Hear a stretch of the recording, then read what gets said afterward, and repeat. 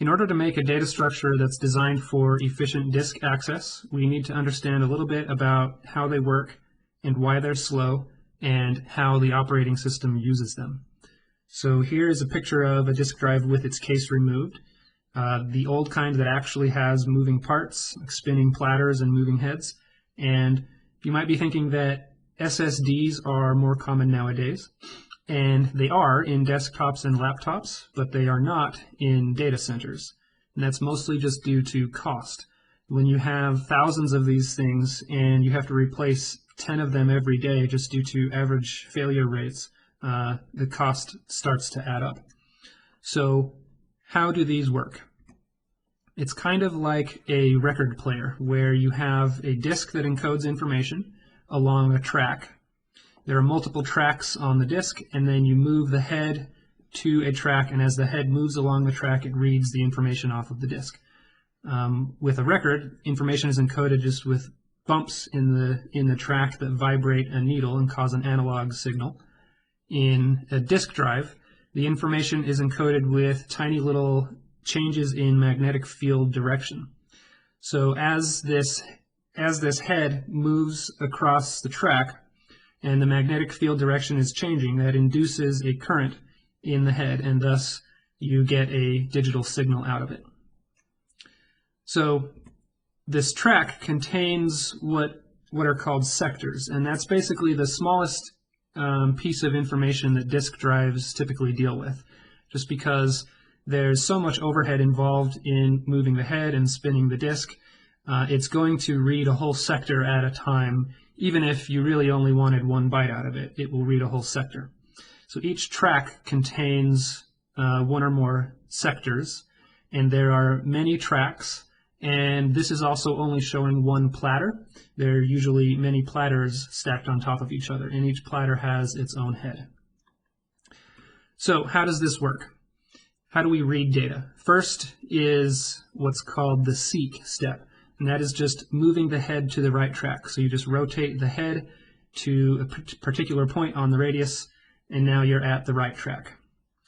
Okay, then you have to wait for the platter to spin so that the sector you want is under the head.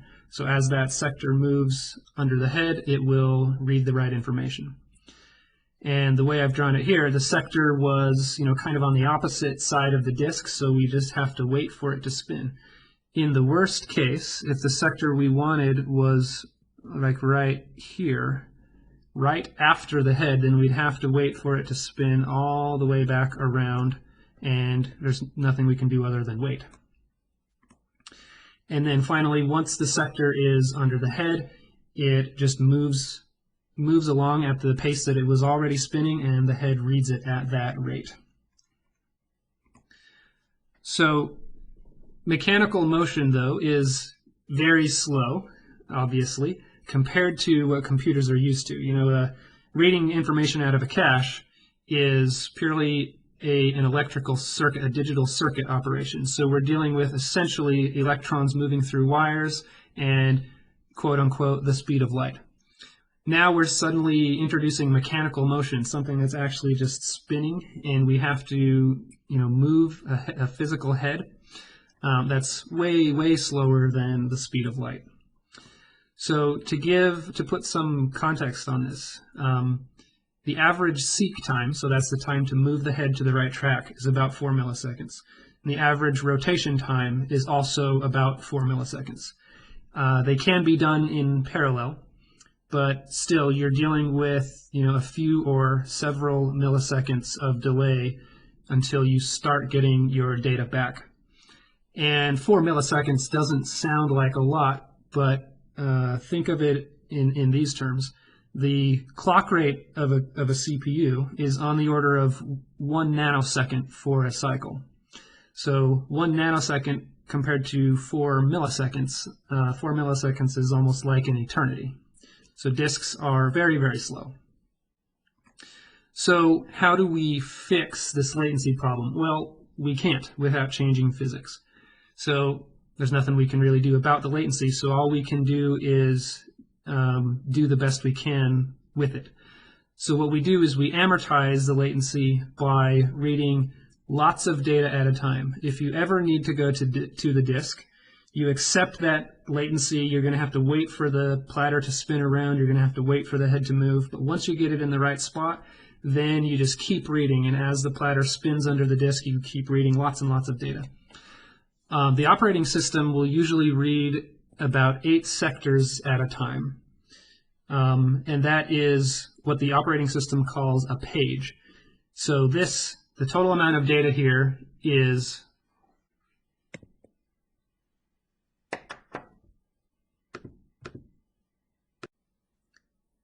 So what can we do about this latency? Well, without changing physics, we can't get rid of it. So we have to live with it the best way we can. And one thing we can do is, once we've paid the extremely high cost of moving the head and waiting for the platter to rotate to the right spot, disks can actually return data at a really high throughput. There's just that initial high cost of waiting to get there. So we will actually read many more sectors than just one. So if you try to load 1 byte off of a disk, it's not going to give you 1 byte, it's going to give you lots of bytes. It's a similar idea to when the CPU reads from main memory, it doesn't bring back 1 byte, it brings back a whole cache line, because there's a high cost of just getting it activated, so you might as well bring back a lot. And the idea is that you're probably going to access nearby bytes in the future. Same idea here, except instead of bringing back only 1 cache line, we bring back 8 sectors. So the OS is usually going to read the sector containing the address you want plus 7 other nearby sectors. And that's called a page. And it's 4096 bytes, so much, much larger than a cache line, but same idea. If we read something from somewhere in that page, chances are we're going to want something else from somewhere in that page very soon. And the OS will just do this for you. This is not something that you as a programmer do. So the OS is trying to do as much as it can, and your job is to not try to undo the work that it has done. So write your program in a way that it doesn't randomly jump around within files or randomly jump around between numerous files. Try to do as much in one place at a time as you can to avoid having to load so many pages off of the disk.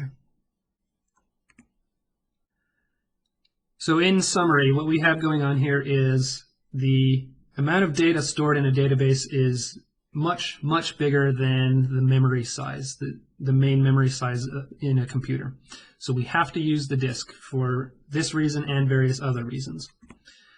Reading data within the same page that has recently been accessed, that data is probably already in memory because the OS pulls in 4 KB at a time. So you can assume that if you've recently read another address within that page, the second read is not actually going to have to go to disk.